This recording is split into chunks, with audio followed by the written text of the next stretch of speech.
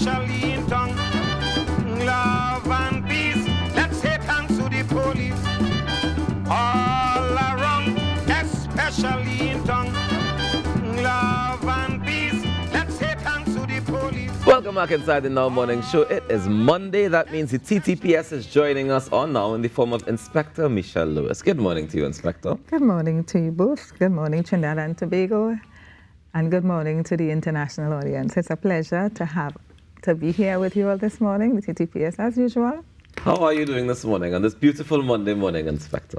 We are well, thank you very much. As an organization, and I am good. Mm-hmm. And as an organization, we are continuing on the topic, continuing in relation to what we spoke of last week. Last week we spoke about children's behavior in schools. Yes, that's correct. And making sure that everything is nice and in a gear. Yes. How are we continuing that conversation this morning? Well, this Inspector? morning we are looking at one aspect of parenting. And within our records, we see that one of the more prevalent type of warrants that we have are the first instance warrants, or which are commonly called the maintenance warrants. And that warrant really contributes to the maintenance of a child. Right? So just to explain a bit, a first instance warrant is one that is issued through the court where one parent failed to meet their financial obligation or commitment through the court system. Right.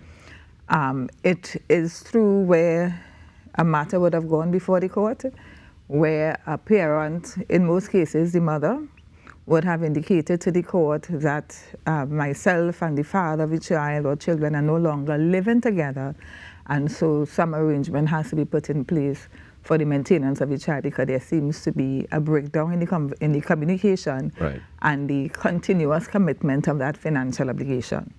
So a matter goes before the court that shows that the child, one, with the birth certificate of the child, and of course the mother, to indicate that, listen, this child is for this father, and that would be that the child's birth paper would, in most cases, or in all cases, if I stand corrected, is actually, the father's name is actually birth paper. Mm-hmm. In some cases, if it is not, and the man said, well, yes, this is my child, then the court, has agreed with it. So this morning, we are looking at the aspect where the father, in most cases, because that is where most of the first instance warrants are, where the father would have indicated to the court an arrangement in terms of payment of financial obligation to the child. And over a period of time, that financial obligation was not fulfilled. And so the court then issues a first instance warrant or maintenance warrant to be able to retrieve that money for the maintenance of the child or children. Okay. So, right?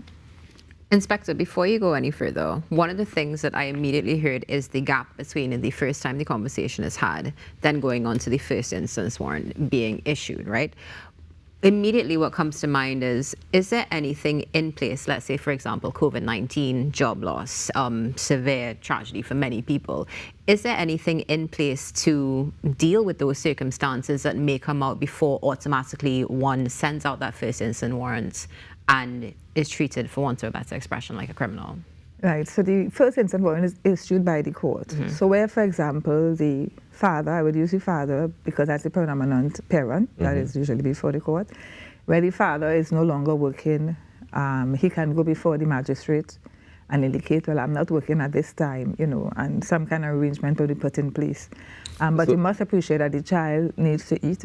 Of course. The court also consider whether both parents are working when they settle on a figure for the child.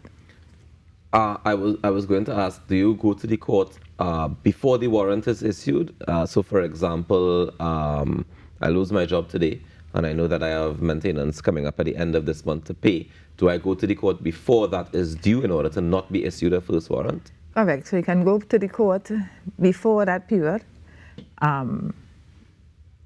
because once the warrant is issued, the police has, by law, has to now issue the warrant on you for the amount of money that is outstanding. And then an arrangement is put in place where, let's say it's $10,000, just calling a figure. And then some kind of arrangement is put in place for the payment of it. In some cases, the person will pay some, and so they wouldn't actually be placed in prison. Right. And in other cases, if they don't at all, then they serve a period of time. But when you go to the court, who are you going to at that point? If I lose my job today and I know I have to go to the court. And then the clerk will advise you in relation to the matter. Okay. All right. Right? Because we do understand that persons lose their jobs and their financial situation change, but certainly we don't want a situation where the parent deliberately wants to remain unemployed because the parent deliberately does not want to contribute to the financial welfare of the child, because at the end of the day, the child is alive. Of course. And needs to be maintained. Financially, that is. There have been situations, Inspector, where I've heard of where, for example, you may not be paying through the court. So, for example, Yes. me and Natasha, we have a child together, and we decide we separate, we're not together no more. We went through the system and we say, all right, cool. I will be paying $5,000 a month, as the case may be, right? And what I've been doing is transferring that money directly to Natasha without going through the court to issue it to her, right? Let's just say that's the example. Yes. And I happen to be short 1 month, or I miss 1 month, or whatever the case might be. And then she goes to the court and say, well, he never sent any money because the court has no record of that. Yes. I've seen situations where that has happened. How do we treat with situations like that? We first advise that you go to the system that has been set up and established through the court, that you commit to your financial obligation through the court so that there is a record in the court. Where, for example, the persons now have decided that they're not going to go through the system of the court because they found it too time consuming or whatever is the reason, and now either giving the mother the money directly or through a bank transfer. Now, in the case of a bank transfer, you could always produce that as evidence, right? But in the case where it is cash, and the mother of the child now tells untruth that she did not receive the money, then it's hard for the father now to prove that he did in fact commit to his financial obligation to his child or children and did in fact do what he was required to do. So it is important that we will advise as a tip to fathers that where you have matters before the court and there's a system already established through the court, to utilize that system. Do not give cash at all. We will advise against it. The bank transfer is a method that persons use because there is a paper trail, but still, it will now having you to choose, you now having to produce that evidence to say, well, listen, I did in fact commit to my obligation. In lieu of that, let's say that one does not have an option except to do cash. What about like something simple, maybe having a receipt book, maybe even snapping a picture, all these sorts of things? Well, yes, you could have a receipt book and have the person sign for the money. But again, if the mother chooses to tell an untruth and goes before and a warrant is issued, because the warrant is issued based on the record in the court. And if the record in the court show that the money is not being paid for the child to be maintained, then the warrant will be issued based on the record from the court. Inspector, these individuals who have this sort of behavior, let's say, what happens to them? Let's say, in this example that we would have used earlier, the woman comes and says, well, no, I never got money, but she did, and then goes before the courts and goes through all this. What ramifications does she experience? I am not too certain what ramification, because these are usually private matters before the court. It only comes in where the warrant aspect is to be issued, right? And then to show what actions are taken to be. But what are some of the long-term effects we can see in society based on this? Because I mean, you mentioned that predominantly the fathers are the ones who are at fault for not paying the warrants, as the case for not paying the child support, as the case may be, right? We saw a report recently from the Fathers Association that said that they did a little survey, 500 men, and out of the 500 men, 1 in every 3 men realized that the child wasn't theirs to begin with. So you have people who have certain doubts in the first instance. Do you know if the court has anything in place for that, to be able to say, well, if I have doubts that it's even my child, can we get to a point of getting the maintenance order, or do we have to go through the point of testing to make sure that it's mine, like DNA testing? Right. I think the Father Association spoke in relation to DNA testing, the amount of DNA testing where fathers were suspicious that they were not actually biological fathers, and not generally fathers. Yeah, that was it. With a sample size of just about 500. Right. No. in the case where the father or the man believes that the child is not his, he can do private testing. Right. And even before the matter goes there to determine it, and even if she brings up the matter before the court, he can tell the magistrate or say to the magistrate, listen, Your Worship, I have doubts. I would like for us to do this test, before. And the magistrate would allow and give some time for the test to be done. Okay. And then he will be able to determine, well, yes, it is in fact so, or no, it is not. And so the matter would either end or proceed. Right? But one of the things that we want to encourage, because outside of the financial aspect in relation to a child, you also have the emotional aspect and everything else that goes with it. And while two parents may be going through whatever situation, they're no longer living together and they have gone their separate ways as adults, the impact that it has on children really goes lifelong.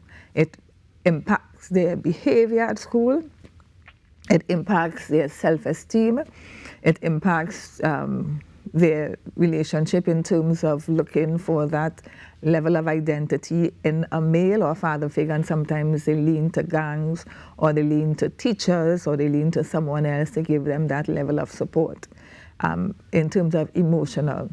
So where a father does not take up his obligation in terms of financial, emotional, psychological, academical, it impacts the child and the behavior of the child and the outcome of that child in the future.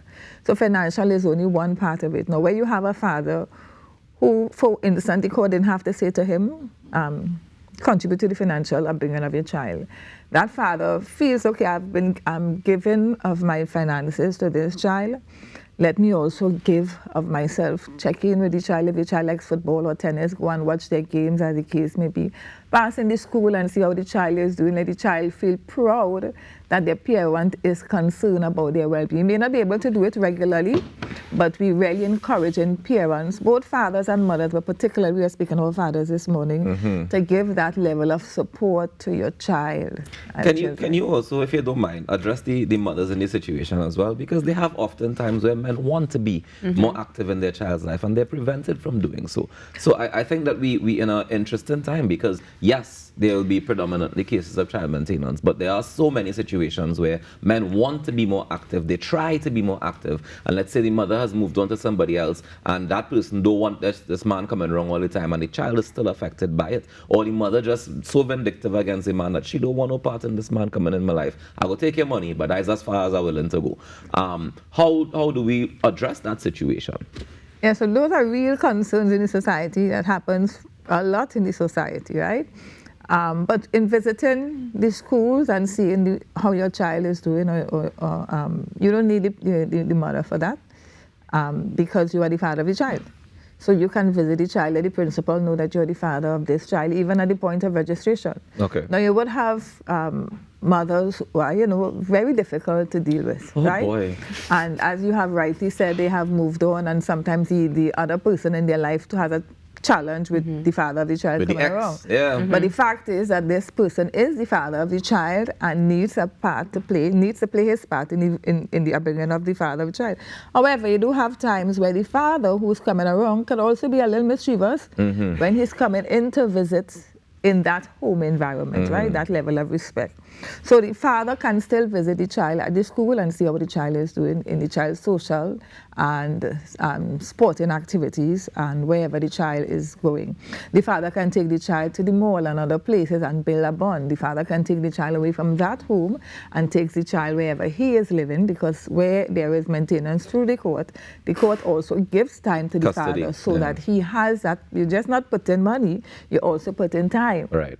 Right? So that the father can take the child away from the home, sometimes because of if the situation is, they may meet at the station, or they may ask for the granny or somebody else to pick up the child, as the case may be, to ensure that, that level of mutual relationship remains. Inspector, we're almost out of time, but I do have to ask, in light of everything that we've just discussed this morning, what about recourse for the father who, let's say, is experiencing a vindictive ex-partner who wants to do all the things that you've just mentioned, but is definitely receiving some sort of pushback, whether it be socially, let's not say legally at this point? Is it a recommendation that the father can go to the TTPS and have a necessary conversation on it?